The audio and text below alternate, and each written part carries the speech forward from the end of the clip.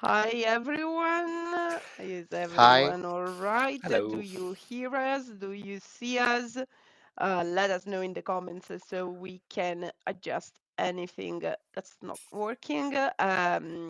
We are trying to restrain a bit of laughter because Ian cracked the joke just before I pressed the start streaming My button. bad, my So, bad. Sorry, folks. no, but it was fun. Um, I'm Camilla. I'm here for Acheron Games, which is an RPG publisher. But if you are following this live, you probably already know it. If you are watching this as a playback on our YouTube channel, hello, we are Acheron Games. We are an RPG publisher. We That are didn't based in change. yeah, exactly. We are based in Italy, but we publish RPGs worldwide.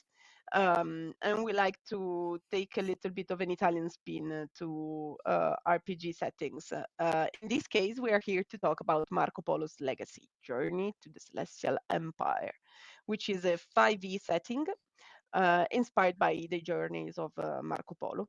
That will bring all players along the Silk Road from Venice to Beijing as the guardian merchants.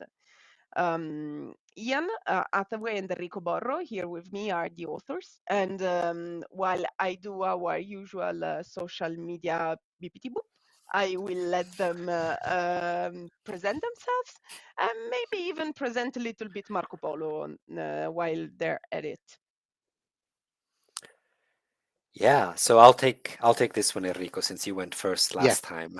Um, so hi everyone. So my name is Ian Hathaway. I am originally a historian, and I find myself now writing role-playing games. I've had the chance to collaborate with Acheron on several other projects.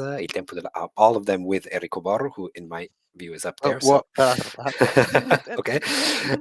So with Enrico, we're sort of like a two-headed Hydra team, sort of. And we've worked on Il Tempo della Spaggia, Il Tempo della Spada, della Spaggia, scusate, sorry, which is a historical medieval role-playing game with its own system. We work on Lex Arcana, Acheron's long running and well-established historical fantasy game based in a late Roman Empire that never fell, where magic is real, um, and other projects.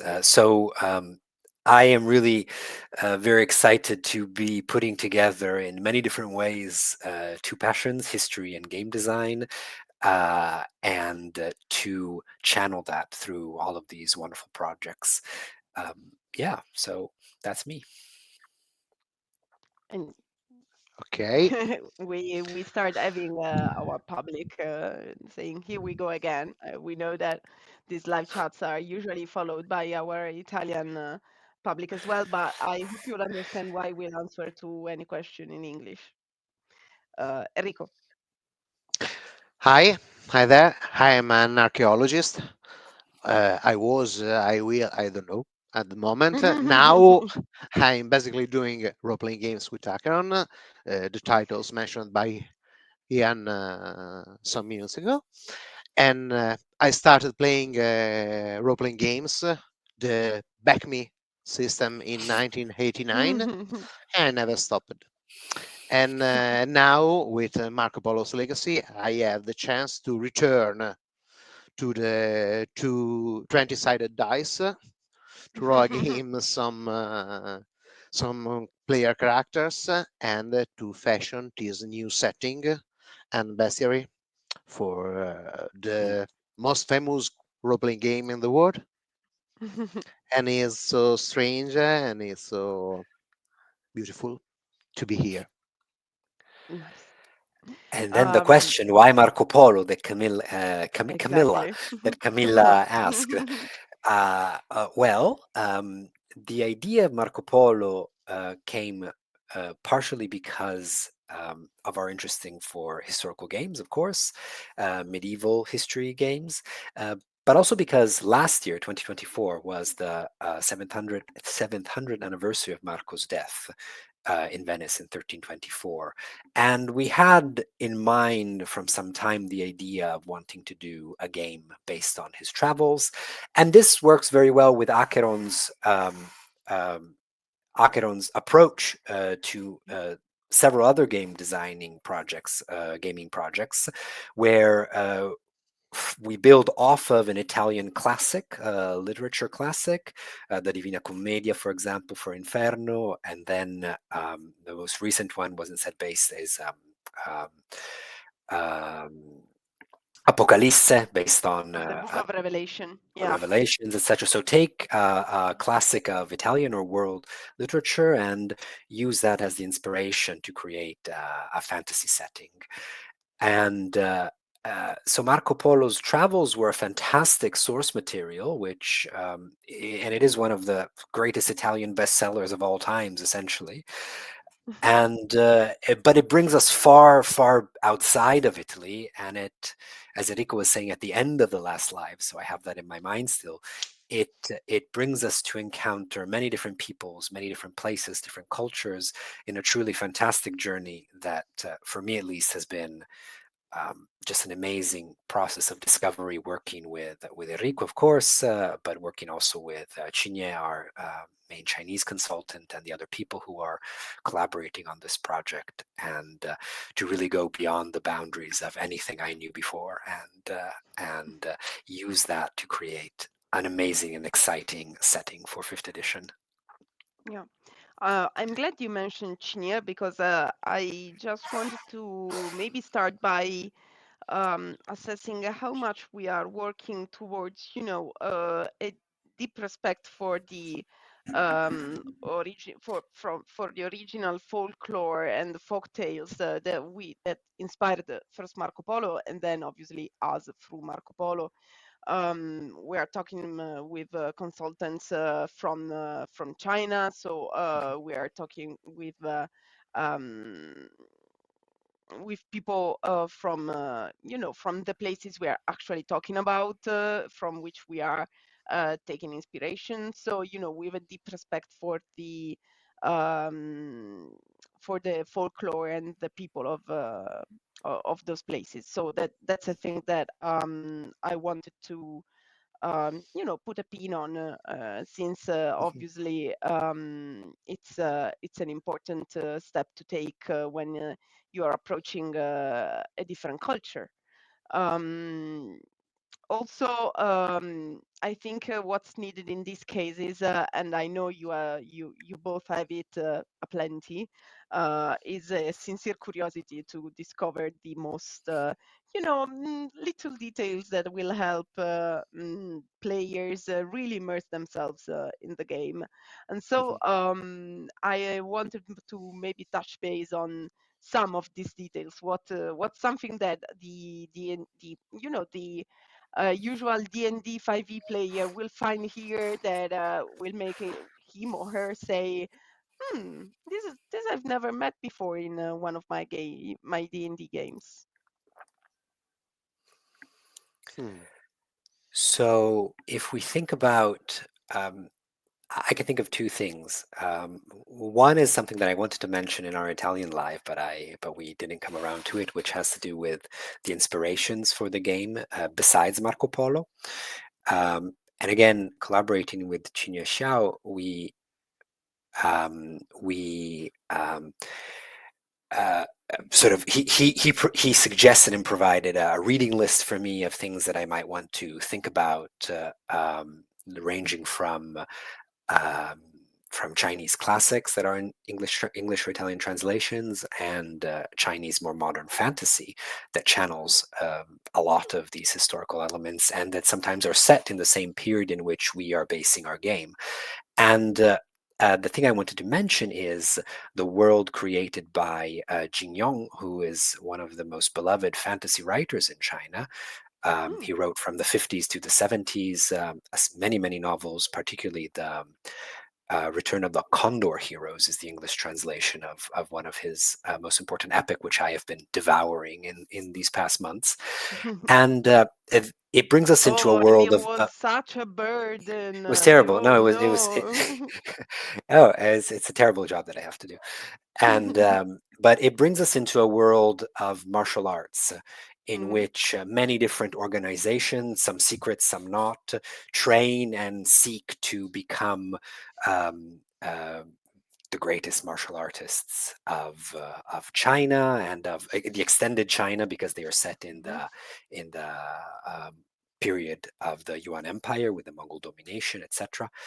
And uh, I think this kind of world in which there are many different martial sects, martial organizations that compete for different reasons mhm, in our game, they compete for very specific reasons, is something that is directly inspired by the world of Jin Yong, and that I think is rather interesting and should be rather interesting to fifth edition players.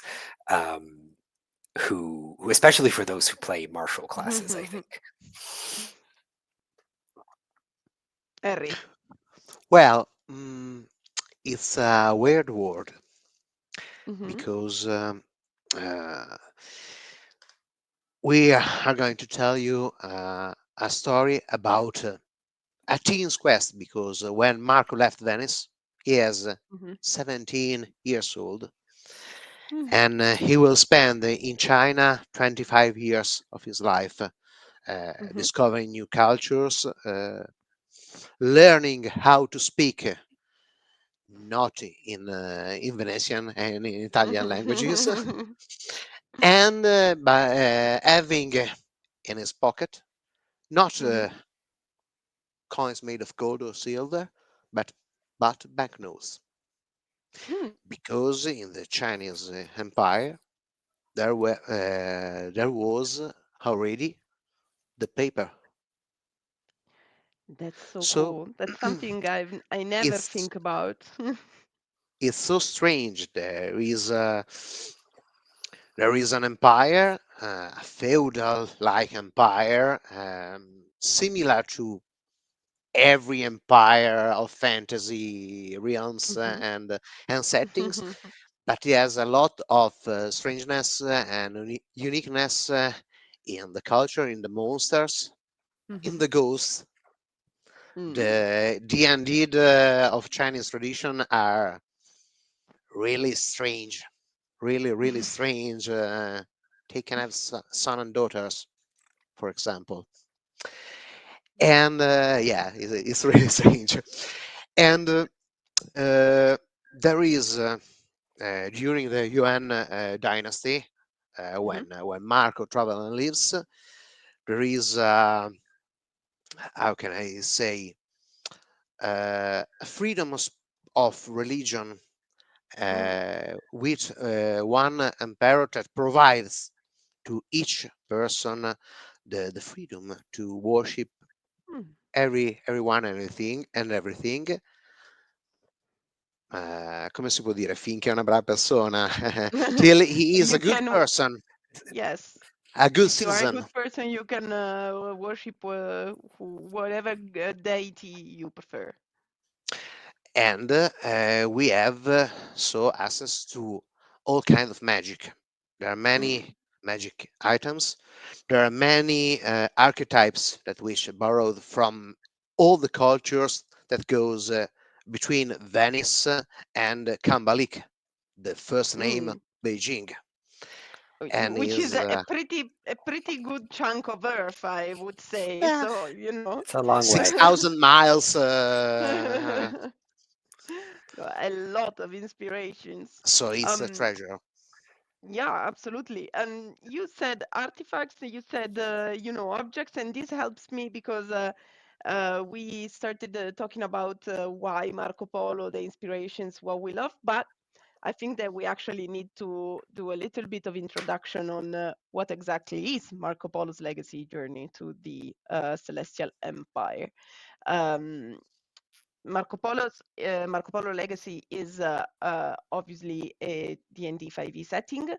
But what kind of player, what kind of game will you play with D&D rules this time? You will be a guardian merchant, and you will try to, get some artifacts, get some object in usually by buying them, but not always that. That may be dangerous. That may be perilous for the world. Um, so you are, in all effects, part of a caravan, right, Ian and Rico? Yeah, so we there are a couple things. I think most importantly, we really wanted. Now, I mentioned before that there are many opportunities for competing with different sects, etc. And we can Mhm. imagine there being a lot of the D&D combat that we love and appreciate, with lots of both NPCs, martial artists, and creatures of all sorts. We Um, will have time to talk about monsters Exactly. So later this is after. one thing, obviously, but but what we also really wanted is we wanted to support and give mechanics to support non-violent confrontation and non-violent interaction between players and creatures and Mhm. NPCs, which leads us to the Ars Mercatoria rules, the art merchant rules. Of course, Marco Polo was a merchant, and the characters themselves play as a merchant organization, although one that deals in the mystical crafts. And essentially, these mechanics provide a more nuanced and expanded way of managing social conflict through a series of contested checks between different factions, which allot negotiation points, and whoever reaches 3 negotiation points first wins. But then it wins the argument, whether it is a Mhm. sale, the sale or purchase of an object, or more of a diplomatic exchange. Mhm. However, the outcomes are still rather gradual, which means that the question is more, what will I need to give to get what I want? And the better Mm. our team performs in the exchange, the less they will need to provide in return to obtain what they want, because they've been particularly convincing in making their point, or they were able to outsmart the competition. In terms of outsmarting, our new backgrounds that we bring to 5th edition all include an ars mercatoria privilege, meaning a specific capacity power that the character can use during those forms of negotiations, that can allow for different types of special interactions with the mechanics. And so it kind of creates almost alternative way of competing with opponents, which without resorting necessarily to physical violence. And it is there for players sort of to enjoy as much as they want to enjoy it, of course. If they want to, someone before in our previous conversation asked if they want to go the barbarian way. They're more than welcome to do that. There will be plenty of occasions for them to just kick down the door and go to town. But there are also different approaches that improve, we think, player choice, essentially. Yeah. Yeah. And then, Enrico, you and Ian mentioned also that there will be kind of stricter rule for rest time and for replenish your abilities and your hit points. Am I right? Mhm. Yeah, yeah. We have a rest system where the prolonged rest Okay. is about a week. So Oh. the Okay. characters are more skillful in what they do, but Mm-hmm. they have to assert their resources better. Mm-hmm. You Mm-hmm. cannot go from one combat to another and another interaction. You have to rest to use your skill and your resources, your advantages roll better, and Mm-hmm. to pick your battle. You Mm. cannot simply go around singing a sword. It is, after all, it's an historical based setting. There is magic, there is fantasy, but Grounded to maybe reality. at a Yeah. different pacing. Yeah. And Yeah. then, all the Guardian merchants have been chosen to be part of the Brotherhood. So I would imagine that they do display some more cunning than the usual man of the street, woman of the street. So picking your battles would probably be one of the prerequisites of being part of the Brotherhood, Yeah. isn't it? Yeah, and this is really channeled by the backgrounds that we created for the game. There Mm-hmm. are four of them in the quick start that you can already check out, but there are Yeah, I several more. will actually I will link the quick start now that you make me remember about it. This is the pre-campaign page. On this page, you will find the link to download the free quick start in English with the four archetypes that Ian is about to talk about. And obviously, if you're interested in the project, just click and put a follow so we know you are interested, and also you receive an email the moment the campaign goes live, which is on the 21st of January, and you don't risk missing the early birds perks that we will talk about very soon. Ian, sorry, proceed.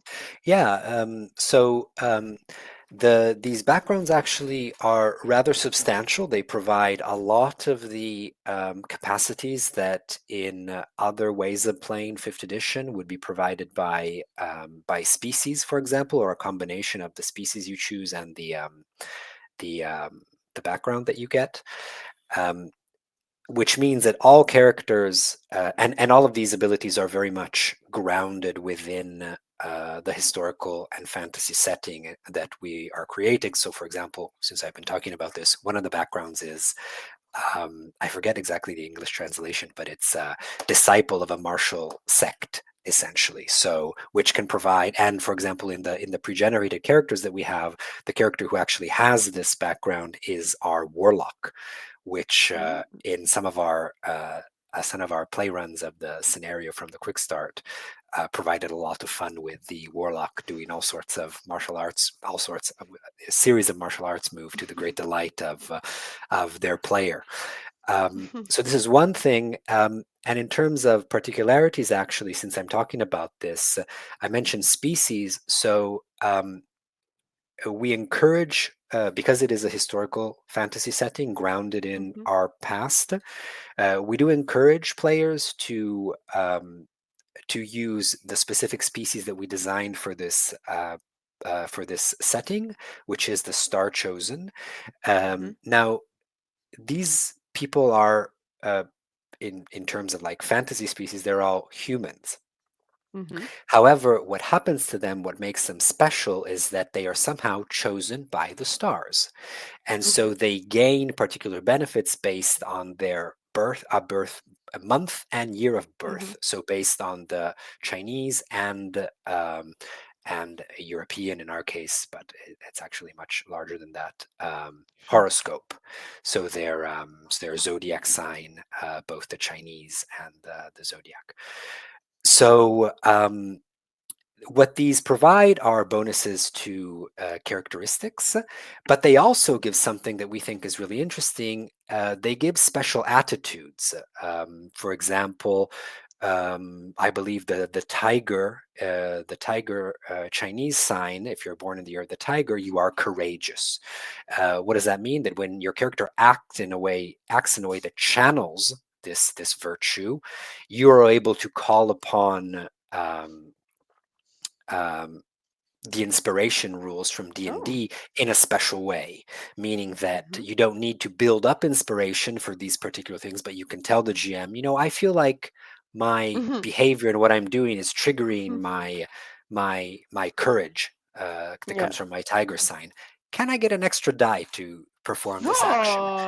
And you can Oh. negotiate this, and the GM might say, that makes perfect sense, why not? Or they might say, you know what, you always do this thing all the time, so why don't we explore that a bit more? Tell us why this is really triggering your So you have celestial to sign. negotiate also as a player, not only as a character. This is you fun. you you you can do it a little bit, I think, and this sort of gives you're not forced as a Mm-hmm. player to follow your star inclinations, your astral influences is the term actually, Mm-hmm. and they don't necessarily define a defining feature of your character. Mm-hmm. What they mean is that when your character acts in accordance to their astral influence, Mm-hmm. they have the chance to trigger it, Mm. and they have a chance to essentially gain inspiration Sure. specifically for the action that triggered the astral inspiration. Mm. You find I these have rules a in the quick question. start, though, explained in Oh greater yeah. detail. Absolutely. We also have a question about archetypes in general. Mhm. Probably Marco Bertini, our lead game designer, would be very useful right now to answer this question, but we'll try anyway. Will there be a more effective healing options for classes that are not typically considered the healers? Mm. Mm. Yeah, yeah. I have. The, There is the fire sorcerer. which we haven't Hmm. talked Easy. about yet. We haven't Oh, revealed there yet. isn't a There no. isn't a sorcerer. Well, Uh, Let's let's just say let's just leave it let's at there are some characters who have some. Yeah. some. access to healing in ways that they don't necessarily have traditionally. Um, Besides that, though, there also are many magical objects that can provide specific, particular kinds of healing to also support the fact that the long rest is a week long, and so characters need to really think about managing their strengths and perhaps relying more often on objects and magical objects than they would normally. Fortunately, the game is all about traveling and securing magical objects, making sure that they don't fall into the wrong hands, making sure that they are protected.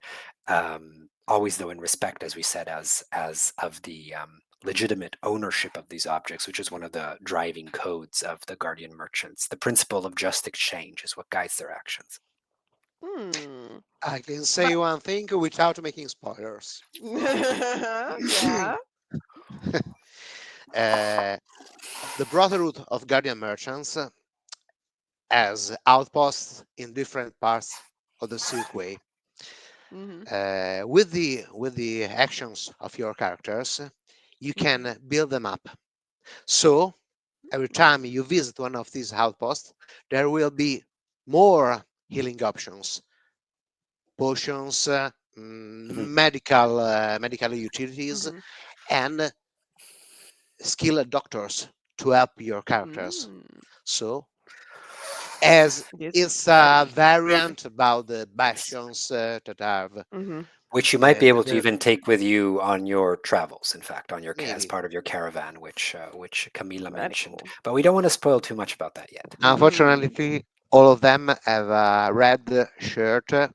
And if you follow Star Trek, you know that if you bring your NPCs in a travel or in a quest, Ay, ay, ay. something bad can happen. And I will say no more about this topic. I fear that as a Trekkie, I very well know what a red shirt means. um, but you players will have all you need to discover this when we'll reveal how this kind of rules work. For the moment, just know that this is the kind of rules that to me makes this kind of setting perfect for very long campaigns because you really can build the world that you're moving in. You can actually change how you approach a place when you come back to it. It's you have literally 6,000 miles to explore of Silk Road. countries with a very different cultures. So I think that this will make for many nights of fun exploration and you know. I'm sorry, I'm having right now brain fog. I cannot remember the English word. To exchange stuff with people. Commerciale? Trade. Trade. Trade. Thank you, Ian. I'm sorry, I couldn't remember the word for a second. And to trade with people. We have another question. Is this based on something like prestige points or a similar faction level with the Brotherhood? The sort of stronghold mechanics that I Enrico was think, mentioning. yeah, yeah. So I think this is a good question. So to be honest, this is one of the aspects of the game that we are still working on. I think in our plan, um, it isn't necessarily a stronghold. There isn't necessarily what you mentioned, Reputation points. thank you, Hmm. reputation point system, but the caravan and the stronghold system levels up in ways similar to which a character levels up. So and though the actions that then you perform during the campaign that we are working on can lead to the level up of these elements of play in different ways. But so again, Marco Polo's Legacy is a game in development. There's a lot of it that is already on paper, but there are some areas that we are still working on, and Hmm. this one is actually one of them still. So we are also happy to hear what players would be interested in. Yeah. If you feel like a For ex- reputation system is very interesting, that could be worth thinking about. mm, yeah, for example, during the Italian live that we did just an hour ago, we discovered the new secret language that Chinese merchants apparently used in Marco Polo's time, and we are eager to explore it and try to insert it in the game. And it will be a lot of fun. It's the beauty of doing Kickstarter projects. It gives you the possibility of talking with the public and also um, make some addition to the project. So this is definitely interesting. But we talked about monsters. I mean, we said we would talk about We said we monsters, and would. yeah, and we still haven't, which is a shame because one of the free books that you will get with this campaign is a bestiary with 50 plus new monsters, unlike any you've seen before in a D&D setting, because as it is obvious, they're all inspired by the different folklores and folktales Mhm. coming from the Silk Road. So, Enrico, Ian, please take the stage. I want to hear all about it, and also I want you to talk about the most fearsome monster you think there's Ooh.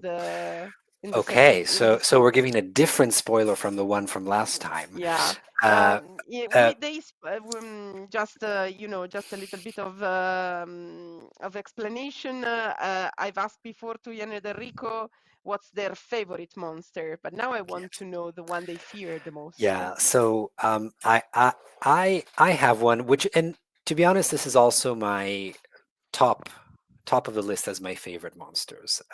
And I have already soft spoiled this in on our Facebook groups. Um, and these are the fox spirits, which of Hmm. course exist because this is a game that is centered uh, on Marco Polo's experience in China, and is we draw a lot upon Chinese folklore for Hmm. it. Foxes are omnipresent in many of the stories that I have had the chance to read about. I'm thinking particularly about the stories from Strange Tales from the Chinese Studio, which is a late 17th century collection of folk tales and reelaborations of folk tales Mm. by a Chinese author, which is one of the um, main sources that we agreed with our consultant we could investigate, and they are really incredible. A lot of them are about ghosts, and there will be ghosts in Marco Polo's Legacy, And but there will many of be them dragons. there I will be know that the dragons. public will know. There will be dragons, but many of them are on foxes, and we have created a couple different types of foxes for our game. Um, the let's say, so to say, basic fox spirit. Foxes now, um, to translate this somewhat, they behave, at least in this particular collection of stories, they behave in ways that I think are reminiscent of how fairies behave in Western European Italian folklore. So they are very clever, mischievous. They play pranks. They can be dangerous. They're not necessarily evil. They do have a bit of an issue with the fact that they can drain the life force from people when they touch them, Tiny bit. whether they want this or not, by the way, which obviously Mm, makes them dangerous. And they are often picked upon by humans, even if they're not effectively doing anything wrong. mm, So they're very fascinating creatures. And our basic fox is this kind of fairy-like creature that can be both mm, good and evil, etc. Um, then we have the immortal or sacred fox, which is the much more mhm, imposing version of the mm, fox. Much more interesting. She actually appears briefly in a scene from our quick start, even in part of yeah. the rules. If you read through it, this is a something that we will bring to the game. And this character is this creature character is. Both charismatic and extremely fierce. But then Mm. there is a variant of this sacred fox, And we and will keep this the variant secret, variant of the sacred Ian. fox. I'm going to leave it a secret. But if you think about big, mean, powerful foxes, you might get an idea of where I'm going with this. Yeah, I think if you consume modern contemporary media, you might have an idea. What would in the comments they're also talking about a jumping fox vampire. I'm afraid to ask. Everybody wants the jumping vampire. Yeah, we I'm very excited that everybody is excited about the Jiangxi, the hopping vampire, and Hopping vampire. I Sorry. exactly I cannot at this moment either deny or confirm that the Jiangxi is actually in our game. But The truth is, you probably had to discard more monsters than the ones that you want to keep because there's so many, it's and genuinely hard. Yeah, yeah, it's obviously it's the an space is limited, but that's what stretch goals are for. Am I this is right? true. This is true. This is true. That's the reason why we do love doing these campaigns. It's because with your support, if we deserve it, obviously, we can try and make the volumes bigger, chunkier, with even more creatures and illustrations for those Mm, creatures. And the time for Rico and Ian to research them and for Marco to create the statistics for them. So to do an even better job. The manual as it is, I already think it will be a bomb, but mm. we'll see where this Kickstarter campaign will take it. Will take us. Speaking of which, we talked before about, we mentioned them, the early bird perks, which will be four. Right now, we have announced two. And these two are pretty interesting, if I may say so myself, because they are two crossover adventures. One with Historic Arcanum, which is Métis studio game, an alternative history in which arcane events modify the world as we know it. And then Lex Arcana, again, an alternative history. This time we play at home because Enrico and Diana are the editors of the line, and they are currently writing the new books of the line. And in this case, it will be in even um, an even different thing because in the case of Metis they are contemporary, but in the case of Lex Arcana Mhm. there will be the necessity to do a little bit of chronology work on it. So just so you know, there will be a pledge for whoever is interested to these early birds in particular, but as we said, if you want the physical version, the best way will be to do a pledge in the first 72 hours and be an early bird back. But Enrico, Ian, I would love for you to explain to us how these crossover adventures will be.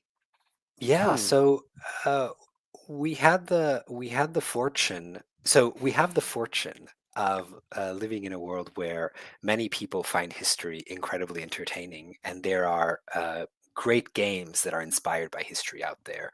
And so, in some cases, we were able to work in-house, like Sarkana is a game that Enrico and I work on as well.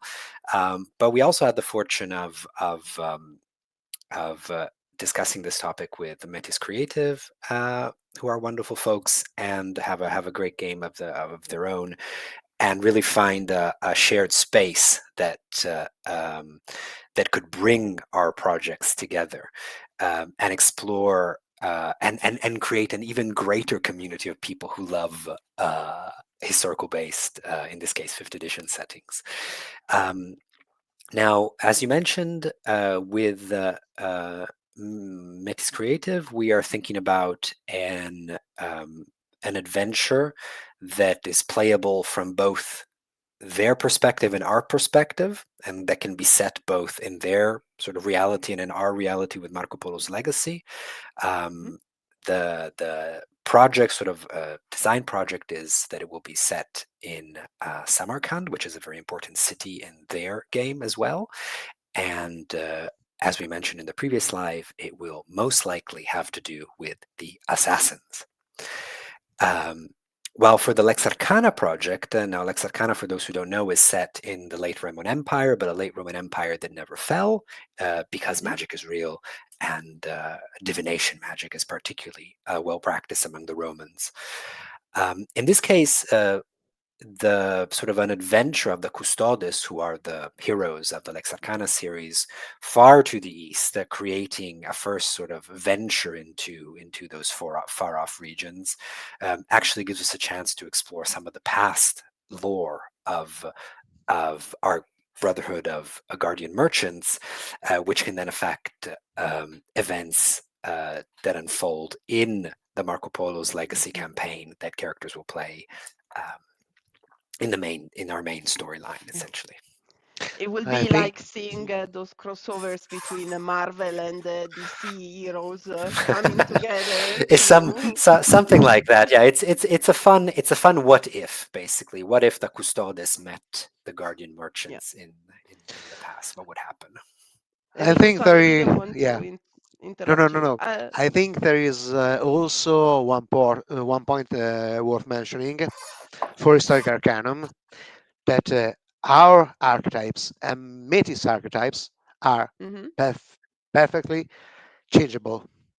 So Yeah. you can play with Marco Polo's Legacy and Historic Arcanum, the Silk Road, with 24 archetypes, I think, It's Not pretty bad. exciting. and Yeah. it's not bad. It's really not bad. Yeah. It's a multiverse. Enrico, I'm afraid that your video camera is frozen. I see you Okay, with Very a stern. very stern expression. it's my expression.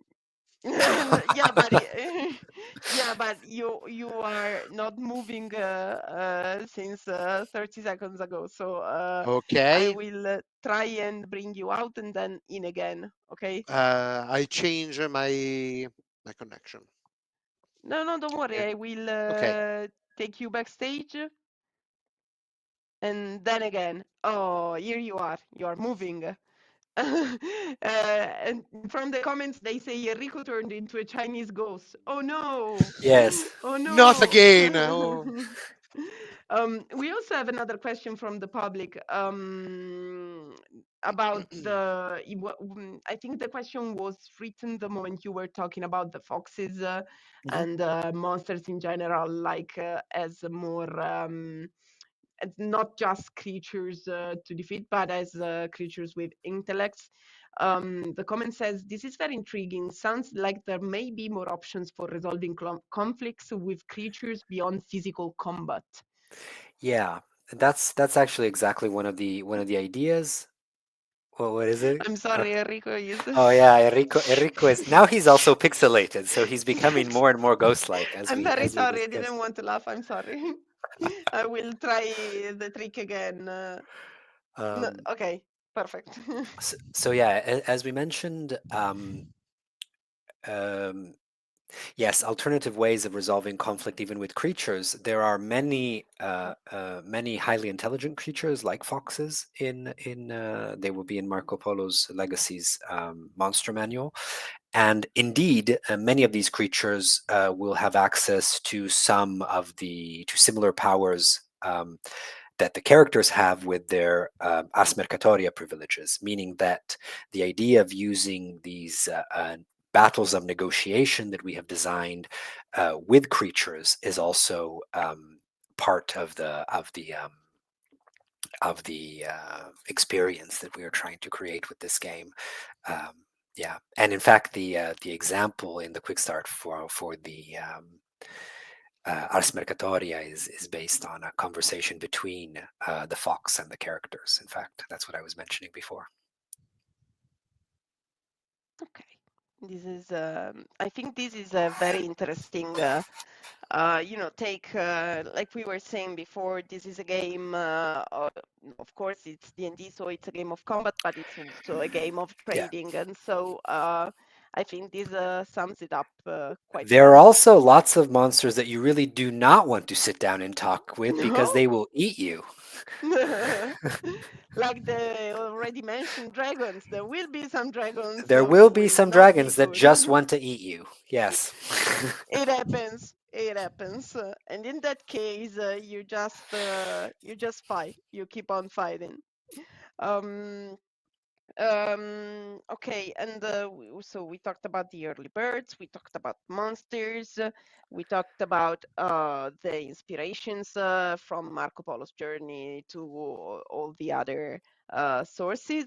We talked about our consultant, Chinie, and also I'd like to mention here Maria Rosaria Palumbo, which is Mhm. doing an amazing job presenting a lot of very, very interesting tidbits about Chinese culture mostly on our Facebook group.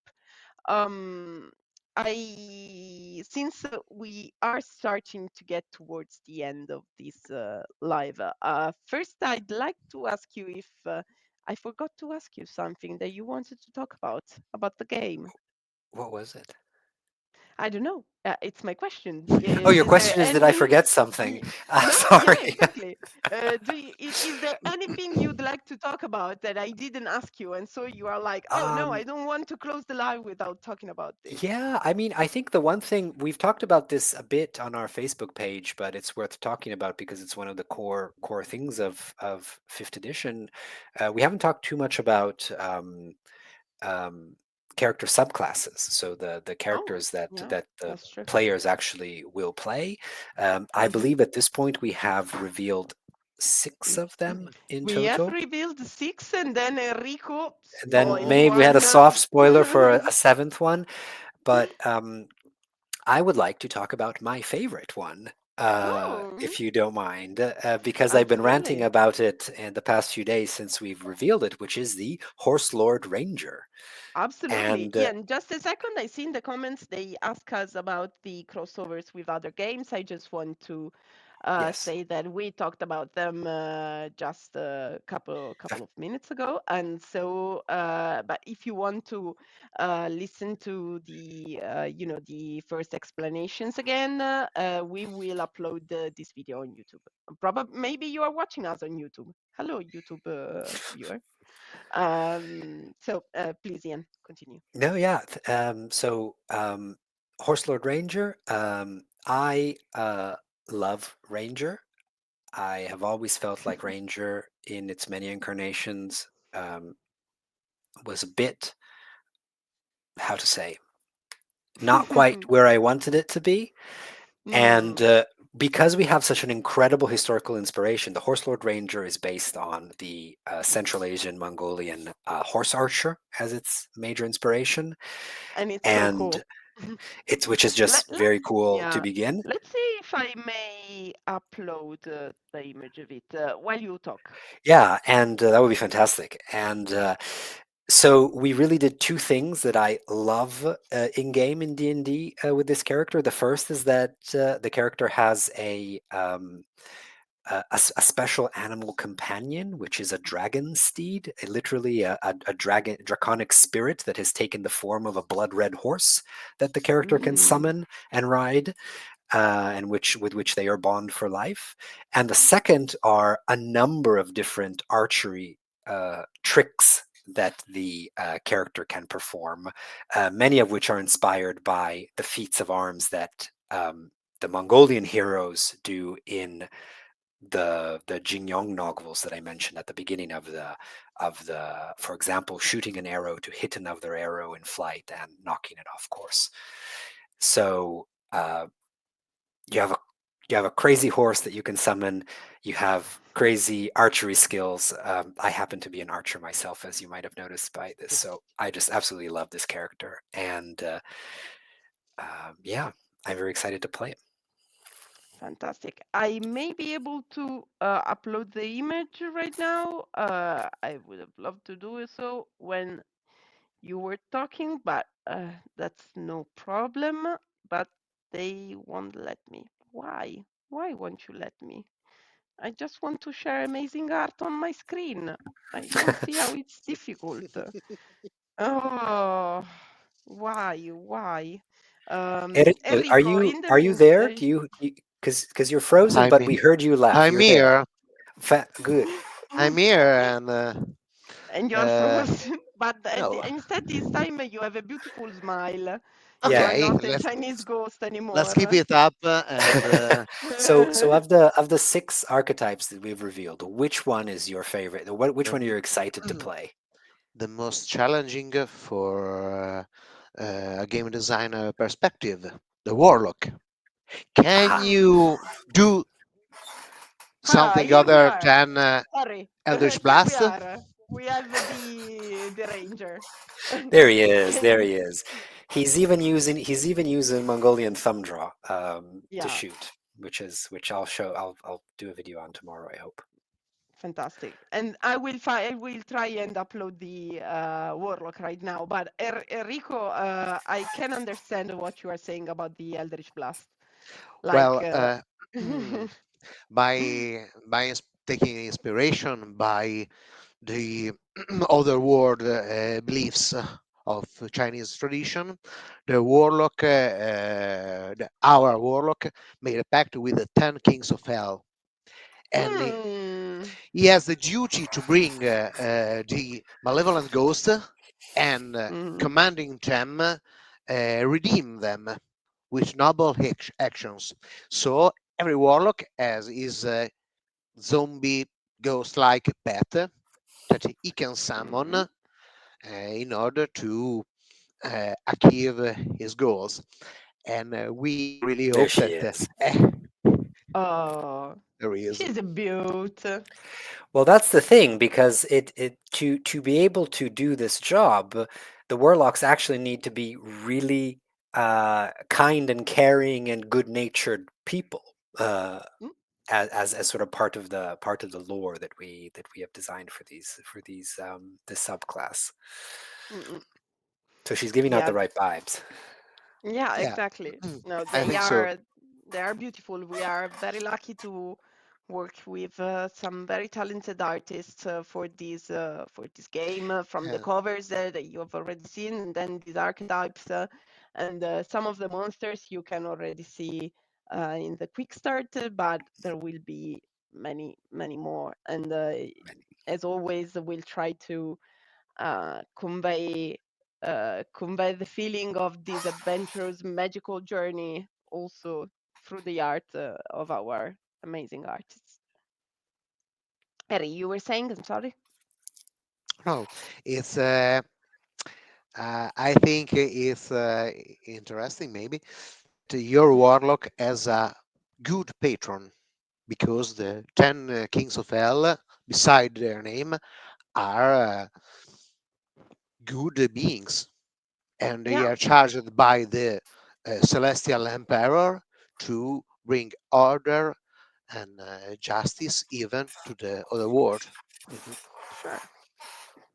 It's a very different take on the warlock archetype, I think, and it will be very interesting to play. You can already play it because actually the warlock is one of the four archetypes you can play with our quick Can start. can try it Uh, tomorrow, in fact, or Sunday. yeah, exactly. We do have some games set up for this weekend. We also have an English game session set up for Saturday, our evening, our 8 p.m.s, but we've put the various time zones in the description. If you want to check it out and maybe play it with the authors, with Ian in this case, feel free to go take a look at the form I just posted in the comments, and let's see and see if you have the time to play with us. We'd love it. Enrico's now Um, frozen, and he's been. I do feel like his talking about the warlock has elevated him. He went from yeah. looking like a ghost. This is the progression of the hungry ghost to enlightened spirit. He went Yeah, that's true. from being very It's dour and grim, it's all and now my fault. It's all my fault. I made a spoiler, a little spoiler, and so Yes. This is the I think it's the right the way internet to end powers this yeah, are it's the right crossing way me. to end this. I don't want to anger no more ghosts or King of Hell right now. But I really want to thank you, Ian and Enrico, for your time and for your expertise and for the amazing work you are doing on this setting. I really think will be something very different from the usual. And the comments they are talking about how Enrico is turning into something very dangerous every he's. second that goes by. No, This could be. I think he's being purified and is Yeah, being I think he's elevated being to a higher redeemed. state of being. Look at Yeah, that. yeah, yeah. He is being redeemed right now. But I think It's this is. not it's not an halo on my head. I'm bald. So Oh no. And I think this is the right point as any to say goodbye to everyone and thanks for joining and for asking some very thoughtful and interesting questions. Again, if you want to talk about the game, reach us out on our Discord server. You can find it linked in the Google form that we previously shared in the comments. We do have a server and we do have a chat exclusively for Marco Polo's Legacy. Then again, we are on Facebook. We have a group for our 5e settings, which is aptly called Acheron Games 5e settings. It's very self-explanatory. And just a last reminder, if you are interested and don't want to miss this project, feel free to put a follow to our pre-campaign page, which you can find right now in the comments.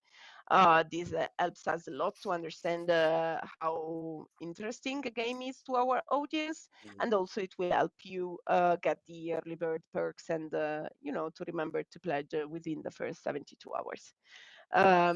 Again, thank you, Ian and Enrico, and we'll see everyone real soon with a new live chat where I think we will start delving into the Kickstarter pledges. So, don't miss it. Live see you long Exciting. and soon.